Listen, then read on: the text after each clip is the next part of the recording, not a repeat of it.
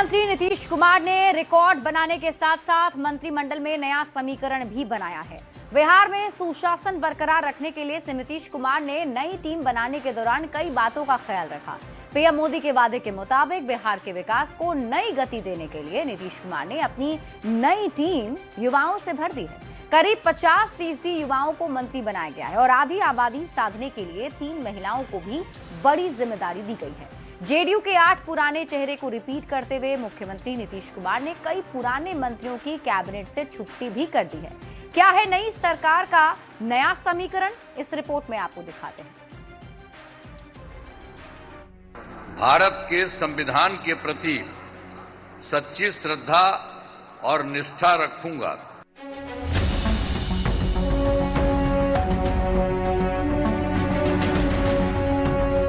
नीतीश कुमार ने 10वीं बार बिहार के मुख्यमंत्री बनने के साथ ही अपनी नई टीम भी बना ली है। नीतीश की नई टीम में कई ऐसी रोचक बातें हैं जो इस सरकार को पहले की सरकार से काफी अलग बना रही है। नीतीश कुमार ने नए मंत्रिमंडल में 12 नए चेहरों को शामिल किया है। दोनों डिप्टी सीएम समेत 14 पुराने मंत्रियों को सीएम ने रिपीट भी किया है। लेकिन खास बात है कि 22 पुराने मंत्रियों की छुट्टी भी कर दी है। नई सरकार में 21 विधायक मंत्री बने हैं। 5 एमएलसी को मंत्री परिषद में शामिल किया गया है। साथ ही दीपक प्रकाश को भी मंत्री बनाया गया है, जो फिलहाल बिहार के किसी भी सदन के सदस्य नहीं है। अब दोबारा जब मौका मिला है तो और दुगनी ताकत से हम लोग बिहार की सेवा का संकल्प लिए हैं। हम तो लगातार जनता की सेवा करते रहे हैं, संगठन के भी माध्यम से और सरकार में भी रह के। आगे भी प्राथमिकता यही होगी जो हमारे प्रधानमंत्री और मुख्यमंत्री जी की है। बिहार चुनाव के इतिहास में पहली बार सबसे बड़ी पार्टी बनकर उभरी बीजेपी ने पार्टी के 7 नेताओं को पहली बार मंत्री बनाया। सीएम नीतीश की पार्टी से कोई भी नया चेहरा कैबिनेट में शामिल नहीं हुआ। नीतीश ने पुराने मंत्रियों को ही रिपीट किया। केंद्रीय मंत्री जीतन राम मांझी के बेटे संतोष सुमन और उपेंद्र कुशवाहा के बेटे दीपक प्रकाश को भी अपने मंत्रिमंडल में शामिल किया गया है। आधी आबादी की भागीदारी के लिए 3 महिलाएं मंत्री बनाई गई हैं। बीजेपी से 2 डिप्टी सीएम बनाए गए हैं। एज गैप को कम करने के लिए नई कैबिनेट में 50% युवा चेहरों को जगह दी गई है। निश्चित रूप से जो सेवा और ईमानदारी से विकास के कार्यों को आगे बढ़ाने का काम कर रहे थे, उसको और आगे ले जाके जमुई से बढ़कर पूरे बिहार के लिए करेंगे। कि यशस्वी प्रधानमंत्री जी नरेंद्र मोदी जी और बिहार के मुख्यमंत्री जी को बहुत बहुत धन्यवाद दूंगी और पूरे हमारे भारतीय जनता पार्टी के सभी जो बड़ी हमारे नेता है सभी को मैं धन्यवाद दूंगी। बिहार में करीब 20 साल सरकार चलाने के बावजूद बम्पर जीत के साथ सत्ता में आए सीएम नीतीश की नई टीम को लेकर काफी चर्चाएं चल रही थी।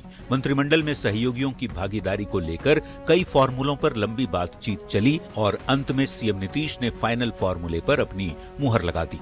मुख्यमंत्री समेत जेडीयू कोटे से 9 मंत्री, 2 डिप्टी सीएम समेत बीजेपी कोटे से 14 मंत्री, एलजेपी रामविलास के कोटे से 2 मंत्री, हम और आरएलएम कोटे से 1-1 मंत्रियों को मुख्यमंत्री की नई टीम में शामिल किया गया है। 14 नवंबर को बिहार की जनता ने जो जनादेश सुनाया, उसकी मनमाफिक नीतीश कुमार ने अपनी नई टीम तैयार कर ली है। अब देखना होगा जनता का भरोसा जीत चुकी सरकार मैनिफेस्टो के वादे पूरे करने में किस हद तक कामयाब हो पाती है।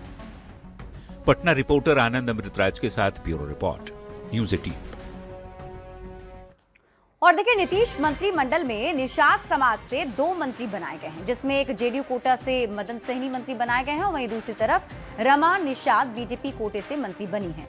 दोनों निषाद समाज के मंत्रियों से बात की है न्यूज़ 18 संवाददाता आनंद अमृतराज ने। और इस वक्त हमारे साथ 2 मंत्री मौजूद हैं, रमा निषाद जी बीजेपी से और मदन सहनी जी जेडीयू से, और दोनों सहनी समाज से आते हैं। जाहिर सी बात है सहनी समाज को नीतीश कुमार के मंत्रिमंडल में अच्छा प्रतिनिधित्व मिला है। सबसे पहले रमा जी से ही बात कर लेते हैं। महिलाओं की काफ़ी बात हो रही है, कैसा लग रहा है मैम, ये बताइए। बहुत अच्छा लग रहा है और केंद्रीय नेतृत्व को, बिहार नेतृत्व में बहुत बहुत धन्यवाद आभार प्रकट करती हूँ।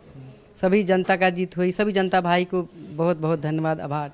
आपको एक बड़ी जिम्मेदारी मिली है, तो आने वाले 5 साल में बिहार में आपकी प्राथमिकता क्या क्या रहेगी, क्या कुछ करने वाली है? देखिए, सरकार हमारे बिहार सरकार के मुख्यमंत्री नीतीश जी और केंद्र सरकार के हमारे यशस्वी प्रधानमंत्री मोदी जी के नेतृत्व में सरकार बनी है और जिस रफ्तार से बिहार का विकास हुआ है, जिसका नतीजा है, रिजल्ट आया है, और उस रफ्तार से और आगे रफ्तार बढ़ के काम होगी। अगले 5 साल में प्राथमिकताएं क्या रहेंगी? विकास की बात हम करेंगे, सहनी समाज को लेकर क्या योजनाएं हैं? हम तो पहले माननीय मुख्यमंत्री जी को और एनडीए के तमाम जो हमारे घटक दल के नेता हैं उनको हम अपनी ओर से धन्यवाद और आभार व्यक्त करते हैं। और आज हमारे लिए ये गर्व का भी विषय है कि गांधी मैदान के ऐतिहासिक गांधी मैदान में हमको शपथ ग्रहण करने का अवसर मिला है और हम लोग भाग्यशाली हैं कि श्री नीतीश कुमार जी के नेतृत्व में हम लोग को काम करने का अवसर मिला। भाग्यशाली इसलिए हैं कि उन्होंने जो बिहार में बदलाव लाने का काम किया वो कोई साधारण काम नहीं था। मुकेश सहनी दावा करते हैं कि निषादों के सबसे बड़े नेता हैं, अब क्या मैसेज देना चाहेंगे? हम लोग सिर्फ नीतीश कुमार जी के नेतृत्व में काम करते हैं और उन्हीं को फॉलो भी करते हैं, वो कभी किसी से तुलना नहीं करते हैं। और हमारे काम और माननीय मुख्यमंत्री जी का काम, माननीय प्रधानमंत्री जी का बिहार के प्रति जो समर्पण है या उन्होंने जो सौगात दिया है उसके कारण आज बिहार जो है बहुत तेज़ी से आगे बढ़ रहा है। अति पिछड़ा आयोग के अध्यक्ष नवीन आर्य अभी पहुंचे हुए हैं गुलदस्ता देने के लिए। इस वक्त हम आपको दिखा रहे हैं दोनों ने अब अपनी प्राथमिकता गिनाई कि आने वाले 5 सालों में बिहार विकसित बिहार होगा और प्रधानमंत्री से और मुख्यमंत्री से इसका आशीर्वाद भी उन्हें मिला है। तो जाहिर तौर पर ये तस्वीर हम आपको दिखा रहे हैं। कैमरामैन मनीष जुनेजा के साथ आनंद अमृतराज, न्यूज 18 नेटवर्क, पटना।